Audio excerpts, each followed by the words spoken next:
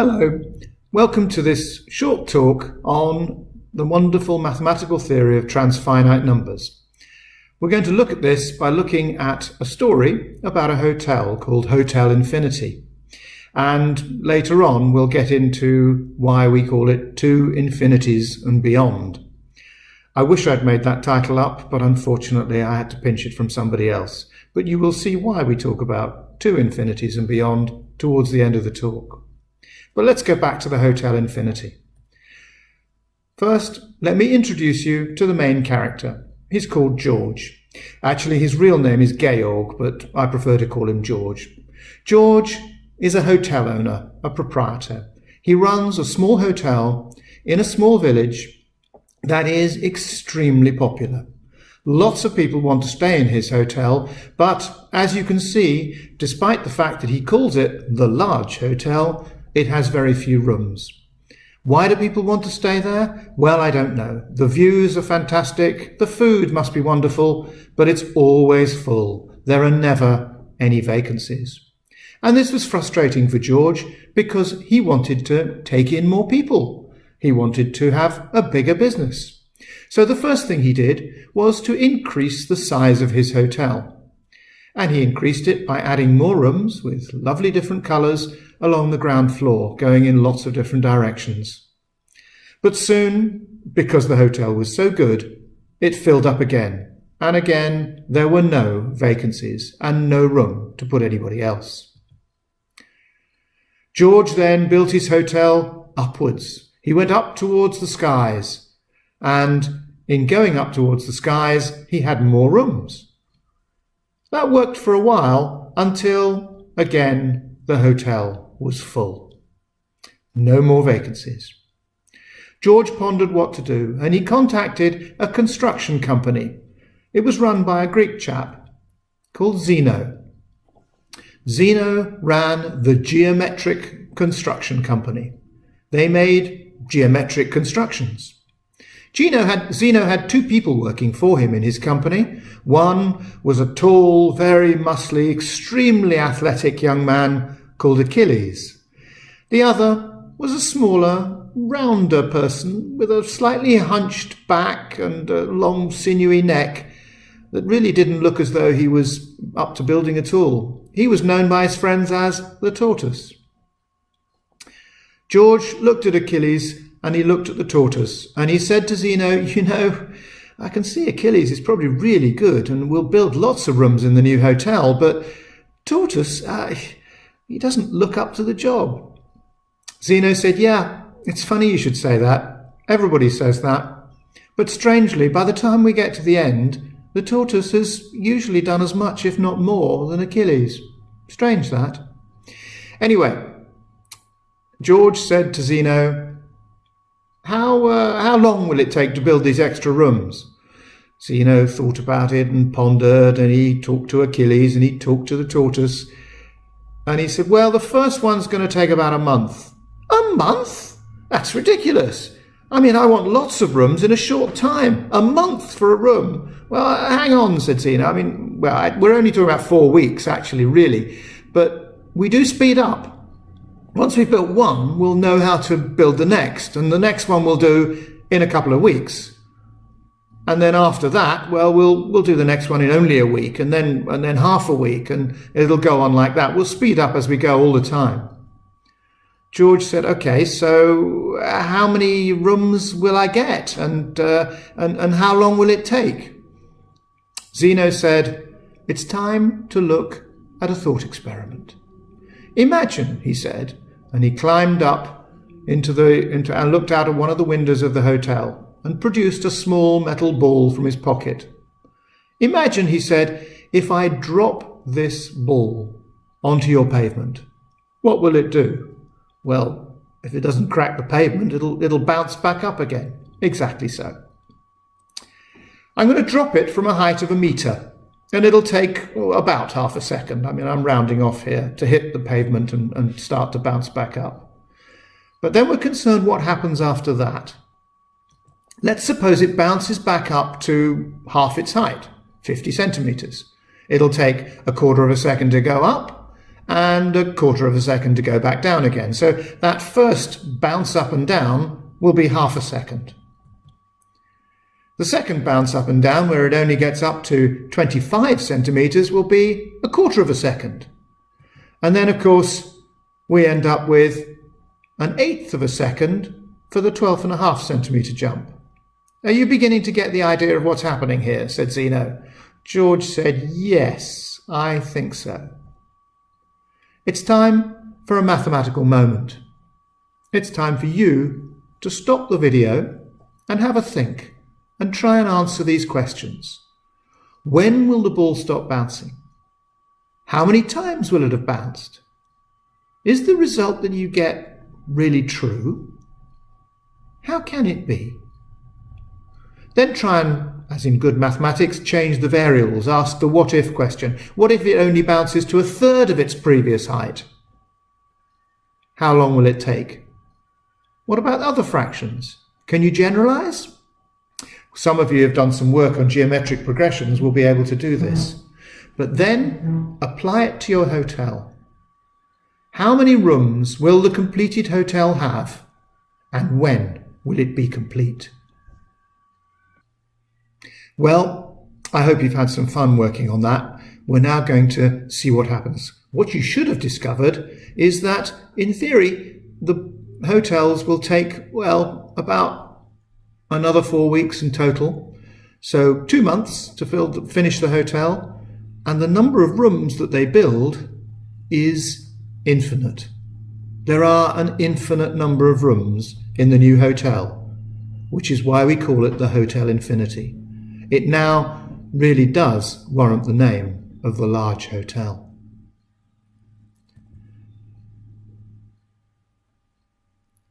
George was very happy. He could put this sign outside his hotel. There are always rooms available.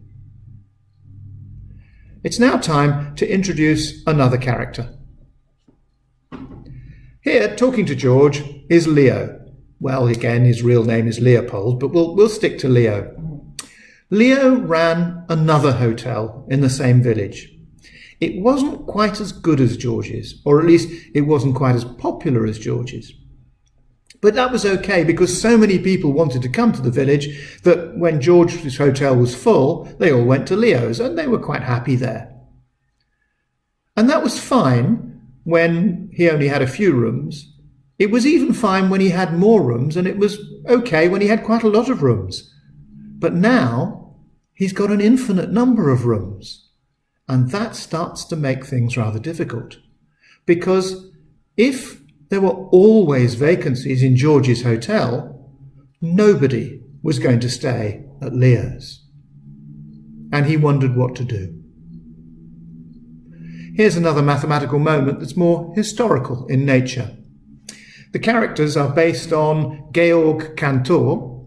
He lived mostly in Germany in 1845 to 1918. In fact, he was born in Russia. He was the key creator of set theory, which underpins all of modern mathematics. And in studying the infinite, he shocked many mathematicians. One of his main critics was a man called Leopold Kronecker, who was quite abusive about his work. If you look it up on Wikipedia, you'll be able to see what he said. George, or Georg, didn't actually build an infinite hotel. The analogy of the infinite hotel is due to David Hilbert, another mathematician, who was famous for, in the beginning of the 20th century, setting the great 23 problems that needed to be solved. And one of those came from Cantor's work. His answer to Leopold was to say that nobody will be able to evict us from the paradise that Cantor has created. So, Cantor's first step into the infinite to say was that there is a number which describes the size of the set of counting numbers. Our counting numbers, of course, are 1, 2, 3, 4. This is the size of a hotel with a room for each counting number. But apart from just saying this is infinite, Cantor went on further. He called this Aleph naught, or sometimes we call it Aleph zero, or sometimes Aleph null. But the tantalizing conclusion of this is that it implies there may be an Aleph 1, an Aleph 2, and others. Is this possible? Back to the hotels. Well, Cantor had his hotel full of infinite rooms, and there were always spaces. But Leo contacted a bus company. He contacted the Infinite Bus Company. And the Infinite Bus Company has some very interesting buses. Their buses will take an infinite number of people because they have an infinite number of seats. So Leo decided that what he would do is that he would send an infinite number of people to the hotel. Well, this was fine with George, of course. He had an infinite number of rooms, so he just put the infinite number of people in the infinite number of rooms. He numbered them. The person who was in seat 1 in the bus would go into room 1, in seat 2 would go into room 2, and so on. No problem. The next day, though, Leo came up to the hotel and said, "Ah, your hotel is full. I would like a room, please." George thought carefully about what to do. All of his hotel rooms were full, and yet he had another person to fit in. So he decided, actually the answer's quite simple. All I will do is I will look at my rooms, numbered 1, 2, 3, etc., all the way up to infinity, or Aleph Naught as he called it, and I'll ask them all to move. I'll tell the person in room 1 to go into room 2, room 2 to go into room 3, room 3 to go into room 4, etc., etc., etc. And for everybody in the hotel, they can always move to a room at the end, a room further up. And because there's no end, there's no problem. It can always happen.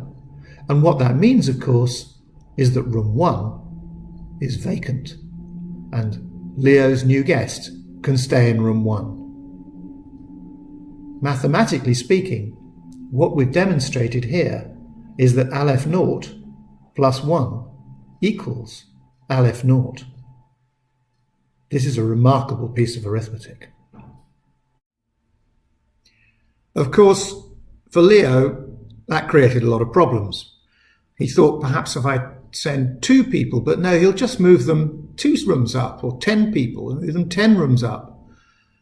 In any number of people that he could think of bringing along to the hotel, he'll just move them that number of rooms up, because there's always more numbers to go. So Aleph Naught plus any finite number is just going to be equal to Aleph Naught. So what did he do? Well, he thought, hang on a second.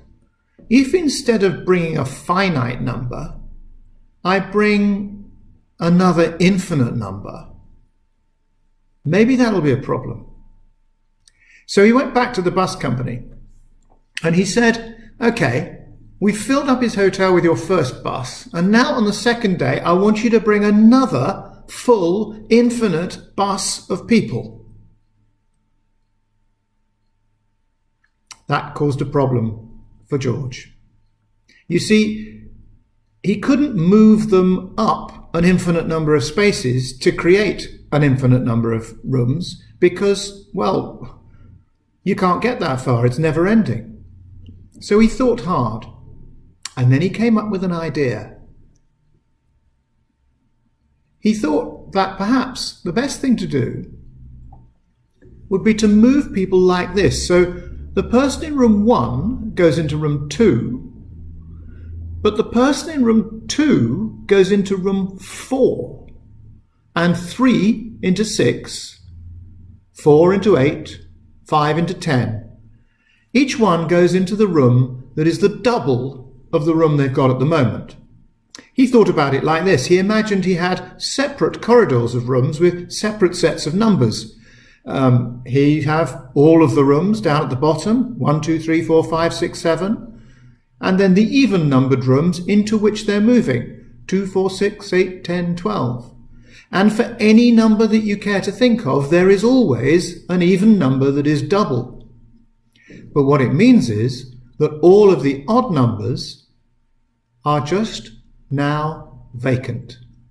And he can take Leo's next set of buses, or next bus, and give them all an odd-numbered room, because there's an infinite number of them. What this means is that the number of natural numbers that we've got is the same as the number of even numbers that we've got, or the same as the number of odd numbers that we've got, even though the even numbers is a proper subset of the natural numbers. For some, that's a definition of an infinite number, if it can be mapped one-to-one onto one of its proper subsets. Mathematically, it looks like this. Aleph naught plus Aleph naught equals Aleph naught. Or if you like, 2 times Aleph naught is equal to Aleph naught. This maths is getting stranger and stranger. Georg thought hard. Maybe if I brought 2 sets of buses. No, that's not going to work, because he'll just move 1 into 3 and 2 into 6, and then he'll leave 2 sets. And he realized that any number of buses that he could think of bringing was going to always fit into the hotel. All it required was George to move them around to make the right number of space.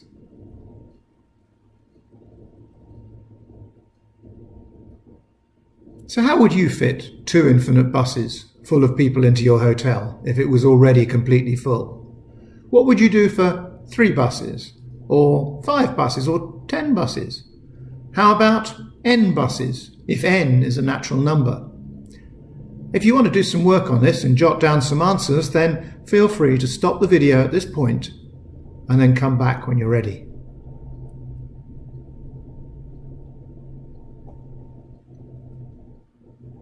Okay, welcome back. What of course this means is that Aleph naught plus Aleph naught plus Aleph naught any number of times just equals Aleph naught. And n times Aleph naught equals Aleph naught, no matter what natural number you choose to multiply Aleph naught by.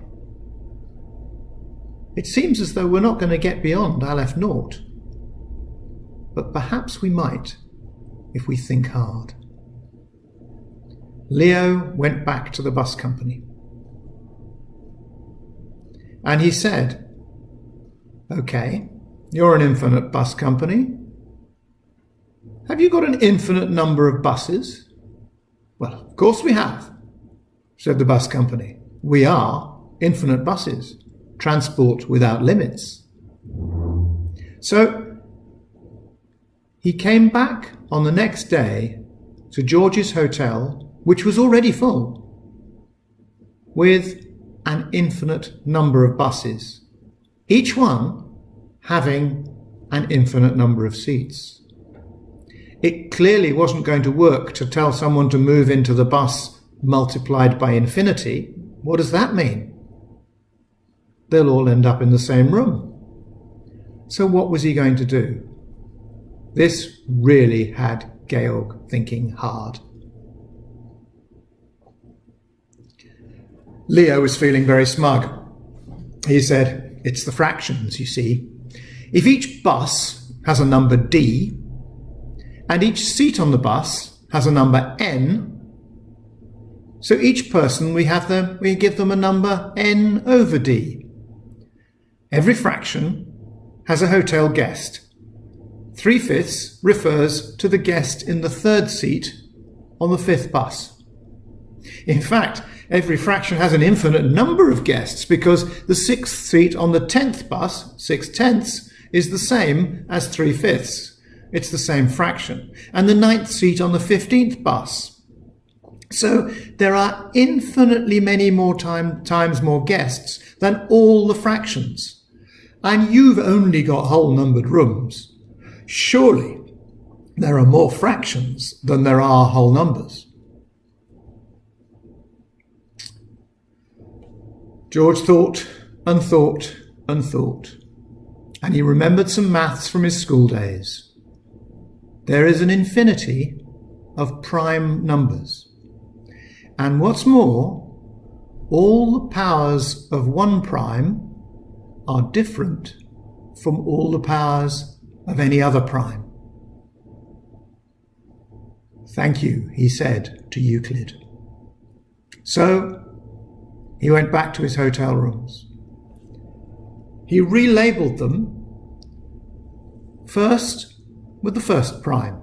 First prime, of course, is 2. So this set of rooms was called 2, 2 squared, 2 cubed, 2 to the 8th, 2 to the 4th, 2 to the 5th, 2 to the 6th. That's 2, 4, 8, 16, 32. And then he went to the second prime, 3. 3 squared, 3 cubed, etc. That's 3, 9, 27, 81. The third prime, of course, is 5. So we've got 5 squared, 5 cubed, that's 5, 25, 125, 625, and they keep going. And the key thing, thought George, is that nothing in the powers of 2, the red rooms, can possibly be in the purple rooms or the green rooms, because they don't have any prime factors in common. Then he was able to say, if you're on bus N, in seat D, we allocate you prime number N and power D. So if your fraction is N over D, your room is N to the power of D. And that meant that everybody who got off the bus had a room entirely to their own. An infinite number of infinite buses could still be accommodated in this amazing hotel. The maths is perhaps the most astonishing thing yet. It means that Aleph naught times Aleph naught is still Aleph naught, or Aleph naught squared is still Aleph naught. It means that there are just as many fractions as there are whole numbers, not more. This is a very surprising result, because if you think about it, between any two whole numbers, there's an infinite number of fractions, but Georg could make a one-to-one map between the fractions and the whole numbers, so therefore the sets are the same size. So, time for you to stop and have a think. How would you cope if you were sent Aleph naught cubed guests? What about Aleph naught to the 4th guests? Or Aleph naught to the n guests? Here's a new word. Sets that have Aleph naught members, and so far that includes the fractions, and the whole numbers, and the even numbers, and the odd numbers, they're called countable. Or if you like, in our story, hotels with Aleph naught rooms are obviously countable. And that raises the question, is that all there is? If any power of Aleph naught is just the same size as Aleph naught, then what on earth could Aleph 1 be? Are there any bigger infinities? Or is there just one? Are there some sets that are uncountable? Okay, let's play dice. I'm going to challenge you to a game where we're going to roll a dice quite a lot of times, well, an infinite number of times. And if you get one of your numbers, you win. But if you get one of my numbers, I win. I'm going to be generous. I'm going to give you all of the natural numbers. 1, 2, 3, 4, all of them, all the way up to, yes, Aleph naught. And indeed, I'm going to give you all the fractions as well, every single fraction that you can think of. So between every one of your natural numbers, you've got a fraction. You've got an infinite number of fractions. You can have all of those too. All I get are the gaps between your fractions, the ones that are not fractions. the irrational numbers. So we roll our dice, and if we end up with one of yours, you win. If we end up with one of mine, I win. Of course, while the dice isn't loaded, the game certainly is. I am absolutely confident that I'm going to win. Not only that I'm going to win, but I'm going to win every single time that we play. You won't even win a single round. Let's see how it works and you'll understand. What we need for this is a 10-sided decagonal dice. You can see one here. It's got 10 faces, and on each of the faces we've got the numbers from 0 to 9. And we start by writing down 0 point. Oh, sorry, I should have explained that we're going to stick for the moment to numbers between 0 and 1. But actually, we could have chosen any range. It doesn't matter.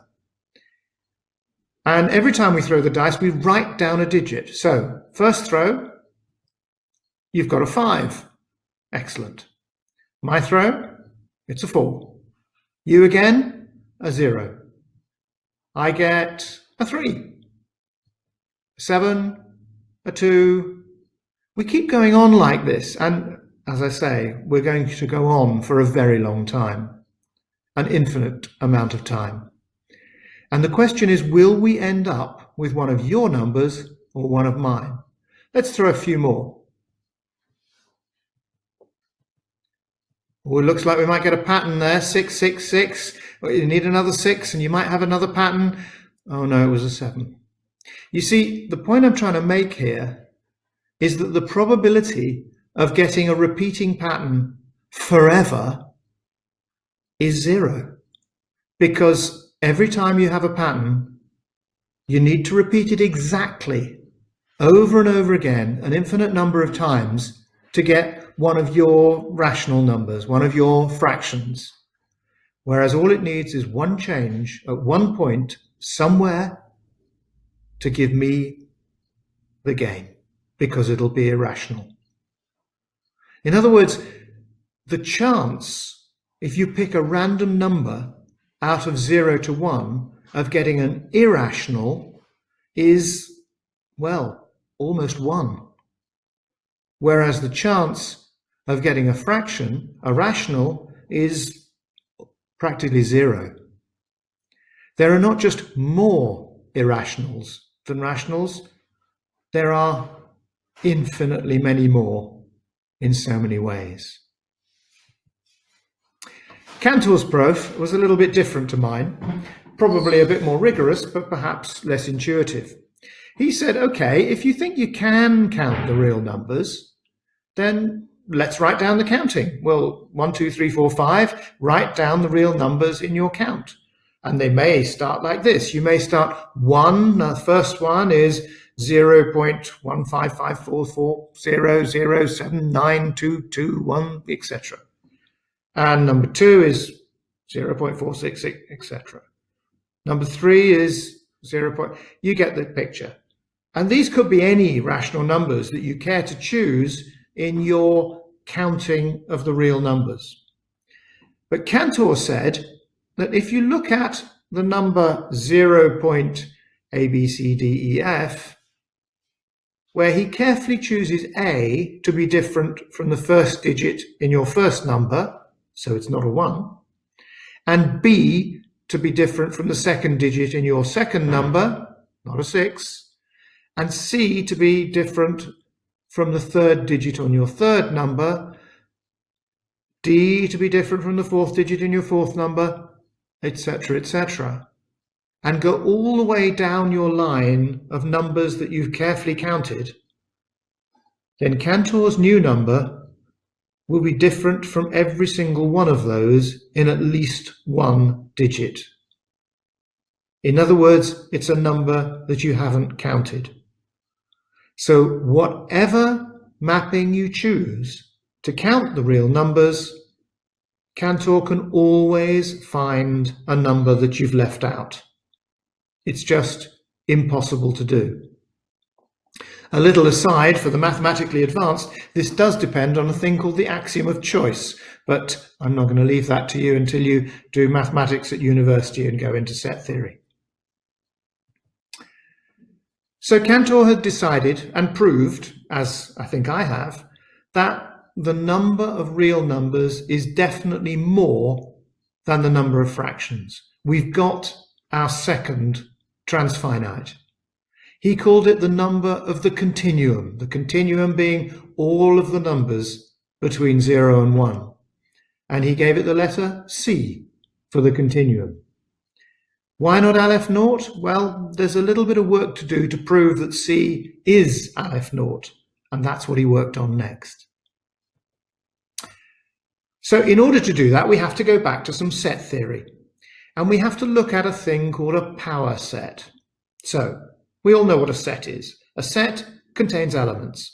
This set on the left contains 3 elements, A, B, and C. And then we're going to create what's called the power set as a set that contains all of the subsets of our original set. So let me give you an example of what's in here. A set that contains the element A is a subset of our set with 3 elements. Also, B and C comprise subsets. But in our subset, we could have 2 elements as well. So we could have the set AB, and there are 2 more like that, AC and BC. But we mustn't forget 2 other subsets that are really important, because the set itself is defined as a subset of itself. Slightly confusing, but basically the set ABC is a subset of the set ABC. It just also happens to be the same thing. And then there's the one set that is the subset of every single set, however you make it, and that's the set that's got nothing in it at all, the empty set. How many sets have we got, or how many elements have we got within our power set? You should count 8. So our set with 3 elements has got 8 elements in the power set. There's an opportunity now for you to spend some time trying to find the relationship between the number of elements in a set and the number of elements in its power set. Change the number of elements in the set, try and find the power set, and see if you can find a relationship. Good time now to turn the video off and to spend a bit of time working on that. And let's see if you come up with a sensible answer. Welcome back.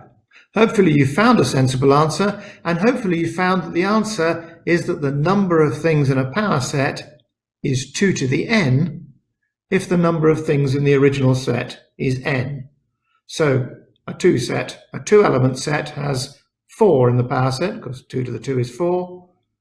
A 3 has 8, as we've seen. If we had 4 in there, it would be 2 to the power of 4, which is 16. And if we get up, for example, to a set with 10 elements, you'd get 2 to the power of 10 in the power set, which is 1024. You can see how they grow so very fast. Cantor, of course, was concerned with the power set of all of the natural numbers, the transfinite number that maps to that. And he found out that therefore it must have 2 to the power of Aleph naught, because of course there are Aleph naught elements in the counting numbers. And this is what he called Aleph 1. A slight historical note here, Aleph is the first letter of the Hebrew alphabet, not Greek at all. Okay, is Aleph 1 the same thing as C? We need to look and see how many real numbers there are. Let's have a think about that. Let's try and construct the real numbers between 0 and 1. I'm sticking to this range of numbers just because it makes it manageable on a screen, but the maths is exactly the same if you choose any range. How many decimal numbers are like this? Like what? Well, like 0.x. Lies between 0 and 1, and don't forget 0.0, count them. You should count 10, 0.0, 0.1, 0.2, all the way up to 0.9. Okay, there are 10 of those. How many of those? Did you get 100? You should have done. It goes from 0.00, 01, 02, up to 0.99. And that one, it's going to be 1,000, isn't it? And then if I add another digit, it'll be 10,000, etc., etc. So how many decimals have n digits after the decimal point? It's 2 to the n, but if we allow the length to become infinite, so there's a digit for every counting number, how many are there?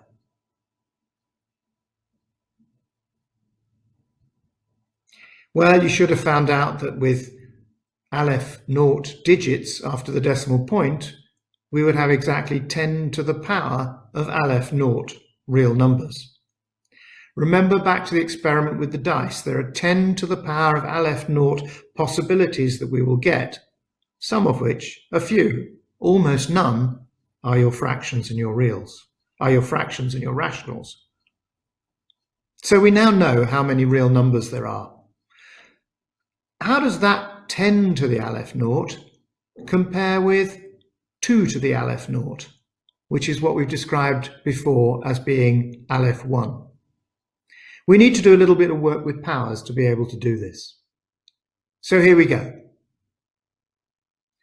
Let's say n is the number so that 2 to the n equals 10. It's a bit more than 3 because 2 cubed is 8, but not as much as 4 because 2 to the 4th is 16. So 3 and a bit, let's say. N is 3 and a bit. So 10 to the power of m, any power, a different number, is our 2 to the n, 2 to the 3 and a bit, times to the power of n. And our basic knowledge of powers knows that 2 to the n to the m is the same thing as 2 to the nm, 2 to the n times m. So 10 to the power of Aleph naught is the same thing as 2 to the n to the times Aleph naught. And of course, we've already worked out when we were looking at hotels that n times Aleph naught is just the same thing as Aleph naught. Remember fitting n buses into the same hotel? So there are exactly 2 to the Aleph naught real numbers. Well, that's Aleph 1. So Aleph 1 really is the number of the continuum, the number of the real numbers. Let's summarize. There are Aleph naught real numbers or counting numbers. There are also Aleph naught rational numbers or fractions. These sets are called countable. There are Aleph 1 real numbers, where Aleph 1, sometimes called C, is 2 to the power of Aleph naught. This is the continuum, and it's uncountable. That's our basic first lesson in transfinite numbers, but it does ask a question, though, before we get off the subject completely. We've talked about Aleph naught and Aleph 1, but is there another one in between? Is there another infinite number between Aleph naught and Aleph 1? Or is Aleph 1 absolutely the next one? To say that it really is the next number is called the continuum hypothesis. It was posed by David Hilbert, if you remember Hilbert of the hotels, as being one of the great 23 maths problems that the world needed to solve back in 1900. Cantor himself believed it was true. There is nothing in between Aleph naught and Aleph 1. And he struggled for the rest of his life trying to prove it's true. The amazing thing, possibly the most amazing thing, is that we now know he was wasting his time. It's impossible to prove that it's true. That was proved by a mathematician called Cohen some 50 years later. But the interesting thing is that that doesn't mean it's false, because Kurt Gödel also proved that it's impossible to prove it's false as well. You can't prove it's true, and you can't prove it's false. It's not just that nobody's been able to. These two men, Cohen and Gödel, have demonstrated that it is impossible to prove them. It is formally undecidable whether the continuum hypothesis is true within the confines of set theory and mathematics. And that is the most astonishing result of everything. So, we've reached the end of the main talk here. There is a little addendum on the end for those of you who are excited by what we're doing and want to find Cantor's diagonal proof that 2 to the anything is bigger than the thing that you're powering up. So I'll leave that for those of you who are interested. But otherwise, thanks for listening.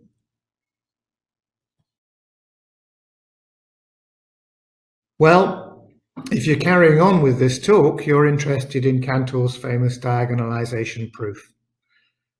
He showed that the power set always contains more elements than the set, even if the set is infinite. Any attempt to map the set to its power set is bound to leave things out. This means there is more than one infinite counting number, and in fact, there are infinitely many infinite counting numbers. It's not just 2 infinities, it really is beyond. How did he do it? Well, let's go back to our set, which contains a lot of elements. Those are the black blobs on the left. You can consider this set to be finite or infinite. Actually, the maths is the same whether it's finite or infinite. On the right, we have the power set. It's fairly obvious, actually, if it's finite, there are more elements on the right than there are on the left. But is it obvious if it's infinite? So let's imagine setting up a mapping between all of the elements on the left to all of the elements on the right. Each element in the set goes to an element in the power set, a subset of the original set.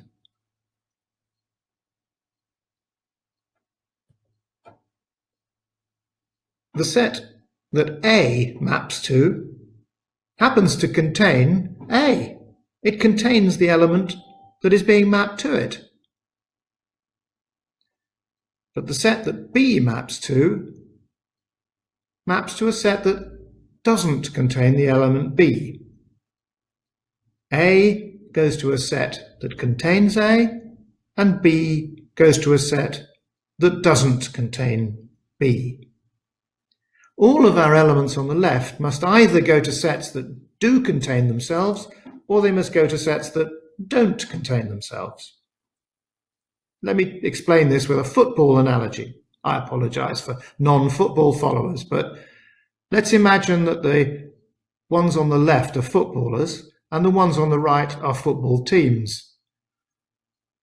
Messi mapping to Barcelona would be an example of an A, because actually Messi is in the set Barcelona. Harry Kane mapping to Universitaria would actually be an example of B, because Harry doesn't play for La U. He plays for Spurs. So let's think about the A's. There'll be lots of them. They map to sets that they contain. In any mapping that you have, there may well be some of these. And now let's think about the B's. They all map to sets that they don't contain. And there'll be quite a lot of those too. But every element on the left must either be an A mapping to a set that contains it, or a B mapping to a set that doesn't contain it. So let's separate them out. Put all the A's at the top, all the B's at the bottom. We've still got all of the elements in the original set and all of the subsets in the power set. The set of all the B's is, of course, a subset of the set, so it must exist as an element in the power set. Okay? There'll be another one for all the A's, but we're not remotely interested in that. Let's think about the set that contains all the B's and ask the question, what maps to that set? Well, if everything's an A or a B, it must be an A or a B. But which one? Imagine it's an A. Remember that the A's only map to things that are in the target set. But there are no A's in the target set, so it can't be an A. Well, it must be a B then, mustn't it? But if it's a B, B only maps to things that don't contain them. So if it's a B, it shouldn't be in the target set, but the target set contains all the B's. So it must be an A. So if it's an A, it must be a B, and if it's a B, it must be an A. It can't be either of them, but all of the elements are one or the other. It's impossible. There is no way to find an element on the left that will map to this set of B's.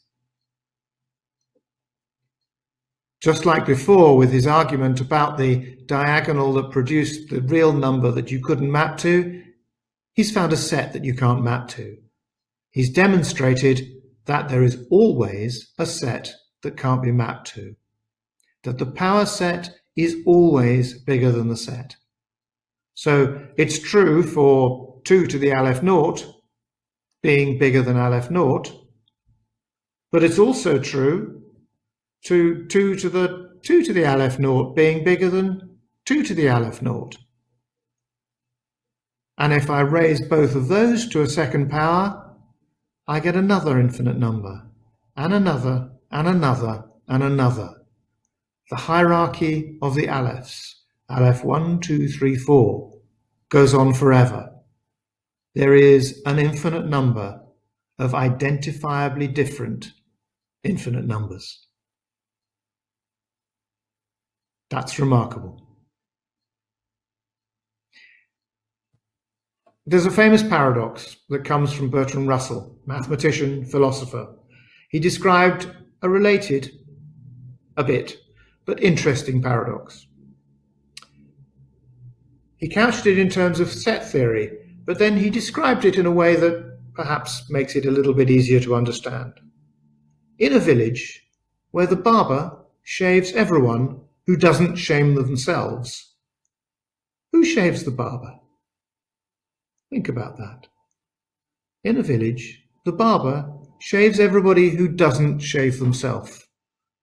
Makes sense. If you shave yourself, you don't need a barber. But who shaves the barber? Because if he shaves himself, then he doesn't shave himself. And if he doesn't shave himself, then he does shave himself. We've got another contradiction, very much related to Cantor's diagonal argument. And that really is the end of this talk. I hope you've enjoyed it, and feel free to talk about it or contact me if you want further discussion on the transfinite. We've got a lot of time, an infinite amount. Bye.